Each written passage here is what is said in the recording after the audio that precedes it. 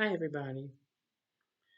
For those of you that may have been followers for quite a while, I'm sure you've noticed that there has been kind of a slowdown on videos. I haven't done a video in a little over a week, about a week and a half, actually, I believe. Um, Making some changes and updates to my channel. It's still Danette's Cooking for One. I know that title seems kind of long and crazy, but that's the name now. Started off as Danette's Kitchen. Um, But then people were having a hard time finding it. I don't know why. May have something to do with the YouTube algorithm or whatever. So then I changed it to Cooking for One in honor of a friend who had a cooking class called Cooking for One. But then I found out that there's other people that are trying to call their channels either Cooking for One, Cooking for Two. So I just said Danette's Cooking for One. I know it's quite a bit to kind of have to remember, but thank you all who have been followers and that continue to follow me. Um, Making some changes and updates to the channel, not changing the name again and making anybody crazy, unless all of a sudden everybody says, hey, we don't like your name. But over the past couple of months, two, almost 3 months, um, I've learned of new health situations in my own life. And so these will cause me to have to make some dietary changes. And I still like to eat. I still like to eat things that taste good.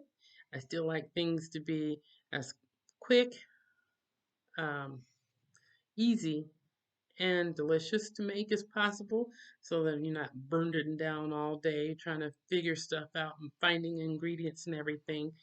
But there's going to be a little twist on how things are done. Because I was been diagnosed with chronic kidney disease. Um, so that being said, there will have to be some changes in how food is prepared so that it can be better processed by my kidneys and go through my body. You know, I get it that people enjoy the entertainment value of looking at some of the YouTube channels where people are just gorging and stuffing their mouths full of pancakes, whatever ridiculous food, or doing things like that. But having this diagnosis, I mean, initially I went through a range of emotions, um, anger, confusion, questioning, a little bit of fear, more anger, actually, frustration, about how I found out and the whole process, but we won't go into all of that right here. But what we will talk about is the fact that getting regular checkups with their doctor and having those test results was what raised the flag. Even though doctors don't just come right out, or in my case, and in the case of many people that I have been interviewing over the past few weeks, it's been the case that they don't just come right out and say, hey, by the way, this is your level of CKD. You have chronic kidney disease. Um, but the fact that I found out, they were using all these big words and things that I didn't understand. And so I had to take the initiative to be my own best advocate and look and learn and find out stuff for myself. Then check with WebMD. Then talk to a different doctor from the doctors that I usually see and had more tests done to confirm it. Then once it was confirmed, I had to go so far as to say, okay, I want to see a specialist. They said, oh, so you want to see a nephrologist? Sure, if that's what it's called, because clearly no one has mentioned any of this to me. Yes, I would like to see that particular doctor so that I can know what kind of changes could be made in my diet to keep me as healthy as possible. um, and meeting with the nephrologist, I learned that there's a lot that I can do at the stage that I'm at to either slow down or stop the progression of the CKD at this point. Can't make 100% guarantees on things, but there are certain foods that once your kidney function goes down, just like you're drinking a cup of coffee and that coffee cup is not full, then what you have to work with is what you have to work with. And there are certain things that are more difficult or require more work for the kidneys to process certain foods and other foods that are better for your kidneys. So I've been spending the past few weeks outside of having to take my emotions off my shoulder and throw them out the window. I have been spending the past few weeks trying to learn those things, and I'll be sharing that here on this channel. So if you find it boring and you don't want to watch, I don't know what to tell you. I'm not forcing anybody to watch me here. Um, but I would hope that you would continue watching and learning some things because this kind of crept up on me. There was no pain as a precursor to having this, and to be where I am in the process, um, it gave me pause. Gave me time. I had to have time to stop and think about this and figure out what I was going to do and what my next steps are. So I'll be modifying how the foods are prepared. Um, a lot of those greasy, grimy, heavy, fat laden things that are full of salt or full of sugar, I will more than likely not be preparing. Processed foods, more than likely will not be preparing anymore on this channel because, as convenient as it is to have those things, those are not things that make my kidneys happy. It causes them to have to work extra hard. So I'll be talking more about, CKD and the whole process and, maybe a little bit about what causes it and those things that I've learned. And do remember that I am not a medical doctor and I'm also not an attorney. But the information that I'm sharing is information that I've learned from these new doctors and from the American Association of Kidney Patients. So, and I'll be sharing tips and tools and information on apps and other things in case any of you out there are either going through the same thing or maybe you know someone that's going through the same thing. If you know of anyone anywhere from level 2 through 5 of chronic kidney disease, which actually when you reach level 5, you're at end stage renal disease, ESRD. Um, there's dietary changes that need to be made. Um, And like I said before, it doesn't mean that you have to hate the food or that the food has to be boring or disinteresting. No, you have to work within the parameters that are given you and put together a plan of foods that you will enjoy so that you're not missing the other stuff because the other stuff is really fat laden and salt laden and sugar laden and the other stuff makes it difficult on your heart and other parts of your body.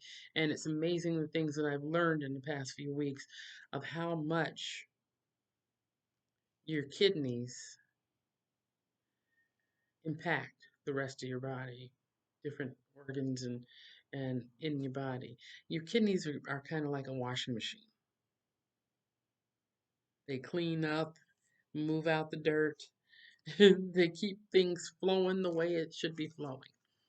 But I'll talk about that more later. I just wanted to take a minute to share with you that small change in case people jump on here and like, hey, why aren't we making such and such or this or that or where's the sugar and where's the salt? Which anyone that's watched me for any amount of time knows that I don't get heavy into any salt anyway. And I get it. There's going to be some doctors that say, oh, you're just fine. Go on and have that salt. And they probably don't have chronic kidney disease. I'm not saying that salt is bad for everyone, but like when you go to your doctor visits and they do those annual labs and they're drawing blood and they're taking your urine and doing all these tests, and then they send you a bill and they send you a sheet of paper with all this stuff that looks like a whole nother language on it. Do you understand what you're reading? Do you understand what you're seeing there? I mean, really. Because some of that stuff, I mean, and for years I just kind of depended on other people and relied on other people to just say, hey, this is bad, this is good. And then a couple months ago, 2 or 3 months ago, this is September, so yeah, it was about 3 months ago, I have started thinking, every time I go for blood work, or for the past like year and a half or whatever, I can recall doctors using these different acronyms and me not understanding what they're talking about and just saying, okay, I just trust whatever you're saying. And so I went and I looked up those test results and I thought, I wonder what this means. I wonder what that means. And I'm really not sure what that means. But some things would have like an H on the side, which I thought meant high. Some things may have an L on the side, which I thought meant low. And I thought, oh, if that's low, that's wonderful.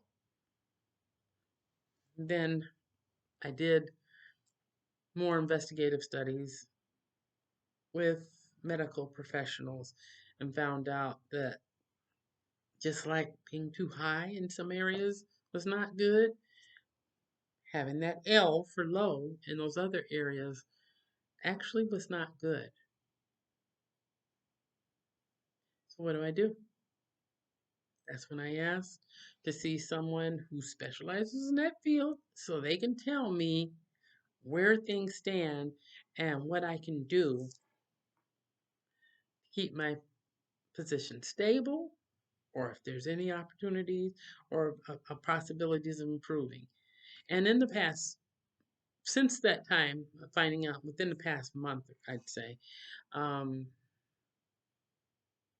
I've heard from others and, who are going through the same thing that they've made those changes and their numbers have improved a little. Some people say it's impossible, your numbers can improve. But really, with God, all things are possible. Let's just leave it at that. So, those changes will be coming. I haven't done a box opening today, like I didn't really do one last week, and I apologize for that. But the boxes that were being delivered last week, it arrived around 8:30. It was like dark outside. Um, and it's supposed to be between 6 a.m. and 6 p.m., but it arrived at like 8:30. It was dark. And here I am, and it's almost 6 o'clock, which is the cutoff time. And it's not here yet again, which means they'll probably be delivering it again after dark. Not real happy about that, but it is what it is. And I signed up for that.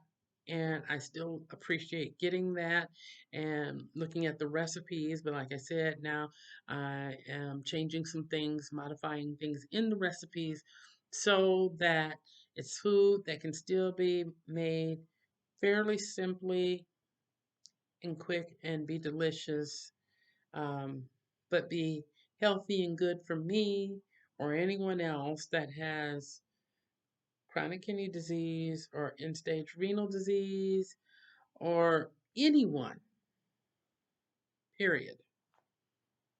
So, Thank you for taking the time to listen to me while I'm rambling on about this right now.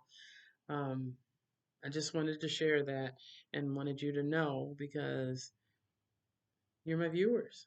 Needed you to know that this is a little slant in the focus. I will be still doing my urban gardening in the dining room with my hydroponics all set up. That's still the plan for the cold weather. But while I have an excess of produce right now, I'm not doing that at the same time because where would I put it? But it's good to have this because fresh fruits and vegetables is what the body needs. God created the fresh fruits and vegetables for us to be able to consume, and that's what our bodies really need. Yes, we can eat that other stuff, which can taste really amazing, and it does taste really amazing sometimes. You know what I mean? Ah, yeah, barbecue ribs and chicken and all this other stuff. But when food is processed, it's still edible, but as far as health and nutrition in the body, it just doesn't work out the same because there's the sodium and there's potassium and there's proteins and different things and protein comes from more than just chicken. Protein comes from more than just beef.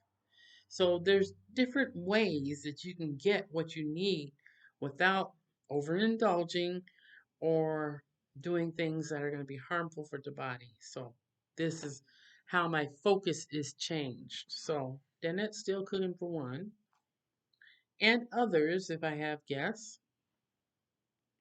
And I just hope that you'll continue to join me here. And if you know of other people that may be diabetic or have chronic kidney disease, which you don't have to be diabetic to have chronic kidney disease because I'm not diabetic, or people with end-stage renal disease that have to go and get hooked up for dialysis or have a fistula here or here, and they go through all that process of having their body cleansed because their kidneys have stopped working. Have them join us here. And I'd appreciate that if you'd like on this video, if you'd share it with others so more people can know. And if you haven't subscribed yet, I'd appreciate it if you subscribe. If you're really not feeling comfortable subscribing yet, that's fine too, but I hope that one day you will. And before the end of the year, there's going to be a book out, Lord willing. That's what I'm working on now in the process of all this other stuff to help more people so they're not just caught not knowing what to say, what questions to ask, how to modify or make these changes that we need to make. And, we're still doing the 4-month challenge. So I hope that you're still doing the 4-month challenge. Um, it's not about having miracles happen overnight. It's a process that happens one day at a time, one step at a time, one meal at a time. So continue to move, continue to drink that water, continue to make better choices with what we eat. And I look forward to talking to you again soon. Don't forget, treat yourself. Don't cheat yourself. You deserve to live your best life. Talk to you again soon.